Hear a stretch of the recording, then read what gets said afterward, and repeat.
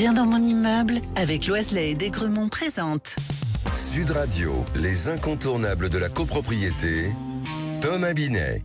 Nous sommes avec notre consultant Philippe Loiselet, patron de Loiselet Desgremont, qui nous informe tous les vendredis soirs sur tous les sujets liés à la copropriété et plus précisément aujourd'hui sur les audits énergétiques des copropriétés dans le cadre de la politique de rénovation énergétique des immeubles. Pour commencer, Philippe, pouvez-vous nous expliquer pourquoi cet audit est devenu si important ces dernières années ? L'audit énergétique est devenu une vraie démarche nécessaire. D'abord parce que les préoccupations liées à la transition énergétique et au changement climatique incitent à réduire la consommation d'énergie et à limiter les émissions de gaz à effet de serre. Ensuite, parce que les copropriétés représentent une part importante du parc immobilier. L'audit permet d'identifier les sources de déperdition d'énergie et d'évaluer les performances thermiques du bâtiment. Cela devient donc essentiel pour envisager des travaux de rénovation qui non seulement permettront de réduire les factures énergétiques, mais aussi d'améliorer le confort des habitants et la valeur des biens immobiliers. Mais concrètement, en quoi consiste un audit énergétique pour une copropriété ? Pouvez-vous nous en décrire les étapes ? Il se déroule en plusieurs étapes. La première est une collecte d'informations sur le bâtiment, caractéristiques techniques, isolation, système de chauffage, de ventilation et d'eau chaude sanitaire utilisée, etc. Ensuite, des relevés sur place sont effectués pour évaluer l'état réel du bâtiment et identifier les points faibles en termes d'isolation thermique, d'étanchéité à l'air et de consommation d'énergie. Après cela, une analyse plus approfondie est réalisée à l'aide de logiciels spécialisés. Elle permet de simuler différentes situations de consommation énergétique selon les usages des occupants et les caractéristiques du climat local. À la fin, un rapport est rédigé incluant une série de recommandations. Celles-ci peuvent aller de simples actions d'amélioration, comme le changement des fenêtres ou l'isolation des combles, à des rénovations beaucoup plus lourdes, comme la réfection complète de la façade ou la modernisation des systèmes de chauffage.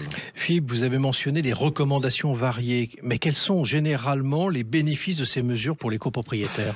Les bénéfices sont multiples. Le premier avantage est bien sûr la réduction de la consommation énergétique et donc des charges pour les copropriétaires. Un immeuble bien isolé et équipé de systèmes modernes et performants consomme beaucoup moins d'énergie pour le chauffage et l'eau chaude, ce qui peut se traduire par des économies substantielles sur les factures. Deuxièmement, une meilleure performance énergétique améliore le confort des résidents. Un bâtiment bien isolé permet de maintenir une température agréable toute l'année, sans variation brusque de chaleur ou de froid. Cela peut également limiter les problèmes d'humidité ou de moisissure qui sont parfois liés à de mauvaises performances thermiques. Enfin, il ne faut pas sous-estimer l'impact sur la valorisation du bien immobilier. Un immeuble énergétiquement performant est plus attractif sur le marché immobilier. Aujourd'hui, de plus en plus d'acheteurs ou de locataires sont attentifs aux questions environnementales et à l'efficacité énergétique des bâtiments. Un audit énergétique permet de répondre à ces attentes. Philippe, est-ce que l'audit énergétique dont vous nous parlez depuis le début de cette chronique est obligatoire pour toutes les copropriétés ? Il est obligatoire pour certaines copropriétés en fonction de leur taille, principalement, et de leur système de chauffage. Oui. Pour les autres, il est fortement recommandé et va également devenir obligatoire. Et quelles sont les principales difficultés auxquelles les copropriétaires sont confrontés, tout simplement lorsqu'ils souhaitent réaliser un audit énergétique ? La première difficulté est souvent d'ordre financier, car même s'il existe des aides, l'audit représente un coût et les travaux de rénovation qui en découlent peuvent aussi être coûteux.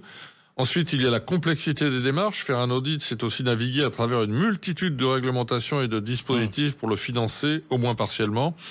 Enfin, il peut y avoir des obstacles techniques, car certains immeubles sont très difficiles à rénover, notamment les bâtiments anciens, dont la structure ne permet pas une isolation optimale. D'où l'importance de s'entourer de professionnels aguerris sur ce sujet et de privilégier une approche progressive. Certaines copropriétés ne peuvent pas réaliser de travaux de grande ampleur en une seule fois. Il est donc possible de planifier les rénovations sur plusieurs années en priorisant les actions qui apporteront le plus de bénéfices immédiats, comme la modernisation du système de chauffage. Merci Philippe, et on vous retrouve vendredi prochain pour un autre numéro d'Oser Investir, les incontournables de la copropriété. Et pour ce qui me concerne, je vous retrouve dimanche dès 9h30 dans la matinale week-end. Sud Radio, les incontournables de la copropriété, Thomas Binet.